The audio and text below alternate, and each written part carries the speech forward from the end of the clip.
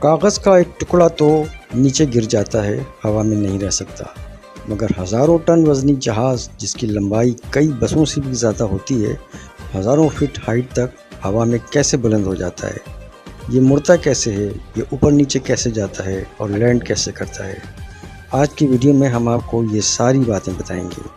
آپ کو بتائیں گے کہ ایک جہاز اتنا بھاری ہونے کے باوجود ہوا میں کیسے اٹھ جاتا ہے۔ جب جہاز فضا میں پرواز کرتا ہے تو اس پر 4 قسم کی فورسز ایکٹ کر رہی ہوتی ہے۔ ایک تھرسٹ فورس جو اس کا انجن پرووائڈ کرتا ہے، جو جہاز کو آگے کی سمت میں حرکت دیتی ہے۔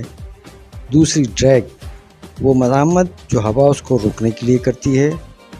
تیسری اس کی وزن کی طاقت جو اسے زمین کی طرف لاتی ہے، اور چوتھی لفٹ جو اسے اوپر کی طرف دھکا دیتی ہے۔ اگر ہم ونگ کی بناوٹ دیکھیں تو اس کی نچلی سطح تو بالکل سیدھی اور سپاٹ ہوتی ہے، لیکن اوپر کی سطح ایسی نہیں ہوتی۔ اوپر کی سطح پہ اگلا حصہ تو کافی موٹا اور گول ہوتا ہے، لیکن جیسے جیسے ونگ کے پچھلے حصے کی طرف جائیں یہ موٹائی کم ہوتے ہوتے صفر ہو جاتی ہے۔ یہی وجہ ہے کہ جب ونگ پر ہوا ٹکراتی ہے تو یہ 2 حصوں میں ڈیوائیڈ ہو جاتی ہے۔ ونگ کی نچلی سطح پر تو ہوا بغیر کسی رکاوٹ کے سیدھا سیدھا گزرتی چلی جاتی ہے، لیکن ونگ کے اوپری حصے پر سامنے والے حصے میں اونچائی زیادہ ہونے کی وجہ سے پچھلے حصے پہ ہوا پوری نہیں پہنچتی اور وہاں پر ویکیوم پیدا ہو جاتا ہے۔ دوسرے الفاظ میں، چونکہ اوپری سطح کا رقبہ زیادہ ہوتا ہے، اس لیے وہاں پر ہوا کو زیادہ ٹریول کرنا پڑتا ہے، جس کی وجہ سے پچھلے حصے میں یا ونگ کے اوپری حصے میں ہوا کا دباؤ کم ہو جاتا ہے۔ دباؤ کے اس فرق کی وجہ سے ایک لفٹ فورس پیدا ہوتی ہے جو جہاز کو اوپر کی جانب لے جانے کی کوشش کرتی ہے۔ نیچے زیادہ دباؤ، اوپر کم دباؤ۔ یہی وجہ ہے کہ جہاز زمین سے اوپر اٹھنے کی کوشش شروع کر دیتا ہے، لیکن اس کا وزن اسے اوپر نہیں اٹھنے دیتا۔ مگر جیسے جیسے جہاز کی اسپیڈ بڑھتی چلی جاتی ہے، یہ لفٹ فورس بھی بڑھتی چلی جاتی ہے، اور ایک وقت آتا ہے کہ یہ لفٹنگ فورس جہاز کے وزن سے زیادہ ہو جاتی ہے۔ ایسی صورت میں جہاز زمین کو چھوڑ دیتا ہے اور ایئر بورن ہو جاتا ہے۔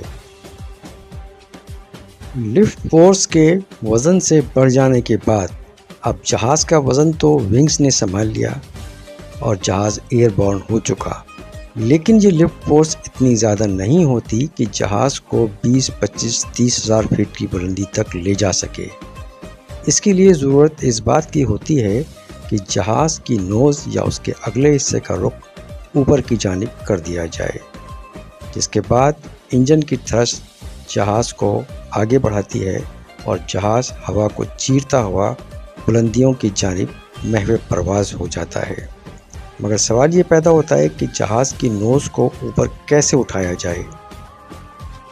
یہ کام ایلیویٹرز کے ذریعے سے انجام دیا جاتا ہے، اور یہ ایلیویٹر جہاز کے پچھلے حصے میں نصب 2 ونگز میں انسٹالڈ ہوتے ہیں۔ یہ 2 فلیپس کی صورت میں ہوتے ہیں۔ جب ان فلیپ کا رخ اوپر کیا جاتا ہے تو ہوا ان پر دباؤ ڈال کر کے جہاز کے پچھلے حصے کو نیچے کی جانب جھکا دیتی ہے، جس کے نتیجے میں جہاز کا اگلا حصہ اوپر اٹھ جاتا ہے۔ باقی کام انجن کی تھرسٹ کرتی ہے اور جہاز اوپر کی جانب اڑان بھرنے لگتا ہے۔ اب تک ہم نے کیا دیکھا کہ لفٹ وزن سے زیادہ بڑھ گئی اور جہاز ایئر بورن ہو گیا۔ اس کے بعد ایلیویٹر کے ذریعے سے جہاز کے اگلے حصے کا رخ اوپر کی جانب کر دیا گیا اور جہاز نے اوپر کی جانب اپنا سفر شروع کر دیا۔ سوال یہ پیدا ہوتا ہے کہ اس کو موڑا کیسے جائے؟ موڑنے کا کام کرتے ہیں ایلیرونز۔ یہ ایلیرون بھی ایلیویٹر ہی کی طرح 2 فلیپس کی صورت میں ہوتے ہیں، مگر یہ پچھلے چھوٹے ونگز کے بجائے اگلے مین ونگز پر انسٹالڈ ہوتے ہیں۔ یہ مین ونگز کے دونوں ٹپس پر انسٹالڈ ہوتے ہیں اور ایلیویٹر کی طرح ایک ساتھ اوپر نیچے نہیں موو کرتے، بلکہ جب ایک ونگ کا ایلیرون اوپر کی جانب رخ کرتا ہے تو دوسرے ونگ کا ایلیرون نیچے کی جانب۔ جس ونگ کا ایلیرون اوپر کی جانب ہوتا ہے، ہوا اس پر دباؤ ڈال کر کے اس ونگ کو نیچے کی جانب جھکا دیتی ہے، جبکہ جس ونگ کا ایلیرون نیچے کی جانب ہوتا ہے، ہوا اس کو اوپر کی جانب اٹھا دیتی ہے، اس طرح سے پورا جہاز ایک جانب رول کر جاتا ہے اور اسی سمت میں ٹرن کرنا شروع کر دیتا ہے۔ اب جہاز بلندیوں پر تو آ گیا، مگر اسے نیچے بھی آنا ہے۔ جس طرح سے ہم نے ایلیویٹر کے ذریعے سے جہاز کو اوپر اٹھایا تھا، اسی ایلیویٹر کے ذریعے سے ہم جہاز کو نیچے بھی لے جا سکتے ہیں۔ جب ہم نے ایلیویٹر کو اوپر اٹھایا تو جہاز کا پچھلا حصہ نیچے اور اگلا حصہ اوپر ہو گیا۔ اب اگر ہم ریورس کریں، یعنی ایلیویٹر کو نیچے، تو جہاز نیچے آ جائے گا۔ اس طرح کرنے سے جہاز اپنی بلندی تو ضرور کم کر لے گا، لیکن اسے لینڈ نہیں کروایا جا سکتا۔